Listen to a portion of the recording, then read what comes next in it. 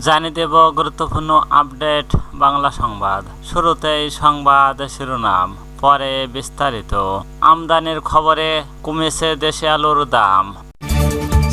এরপর জানিয়ে দেব রোহিঙ্গাদের নতুন আশা দেখাচ্ছে অন্তর্বর্তী সরকার। সোমবার বিক্ষোভ সমাবেশ ডেকেছে হেফাজত। আরও জানিয়ে দেব বাংলাদেশের শাসন পদ্ধতি শেখ হাসিনাকে দানব বানিয়েছে জিএম কাদের। সর্বশেষ জানিয়ে দেব লেবানন ইসরায়েল যুদ্ধ কতদূর গড়াবে।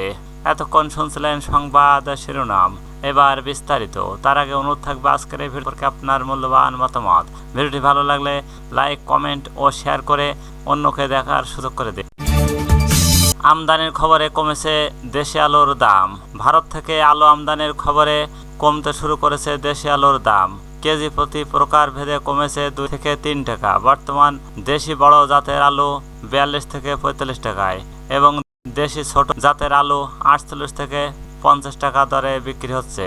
বন্দরের মোকামে ভারতীয় আলু 38 থেকে 40 টাকা দরে বিক্রি হয়েছে। ভারত থেকে কম শুল্ক আলু আমদানির কারণে কমতে শুরু করেছে দাম, বলছেন খুচরা ব্যবসায়ীরা।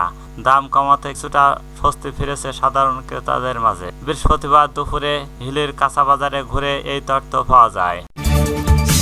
রোহিঙ্গাদের নতুন আশা দেখাচ্ছে অন্তর্বর্তী সরকার।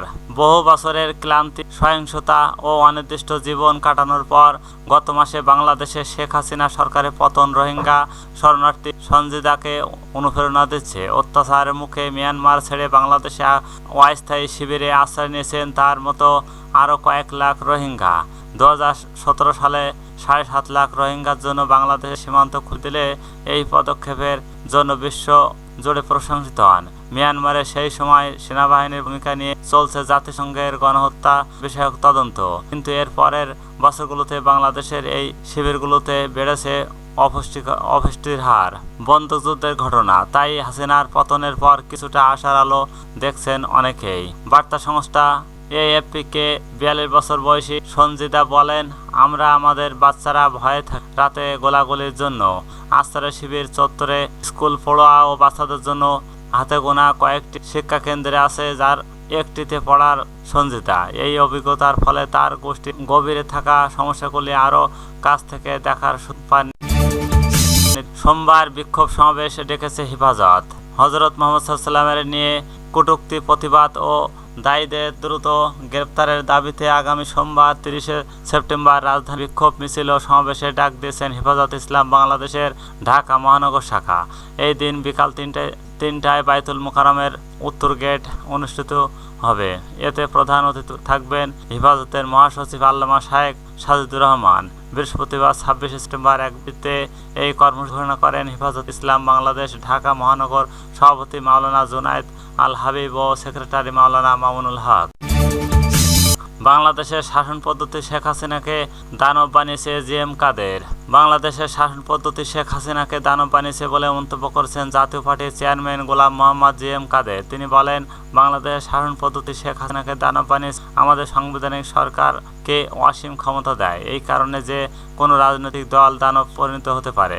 বৃহস্পতিবার 26 সেপ্টেম্বর দুপুরে জাতীয় পার্টির চেয়ারম্যান বনানী কার্যালয় মিলনায়তনে এক মত বিনিময় সভায় তিনি এসব কথা বলেন। লেবানন ইসরায়েল যুদ্ধ কতদূর গড়াবে। গাজার পর এবার লেবানন স্বরূপ ও উন্মোচন করল ইসরায়েল।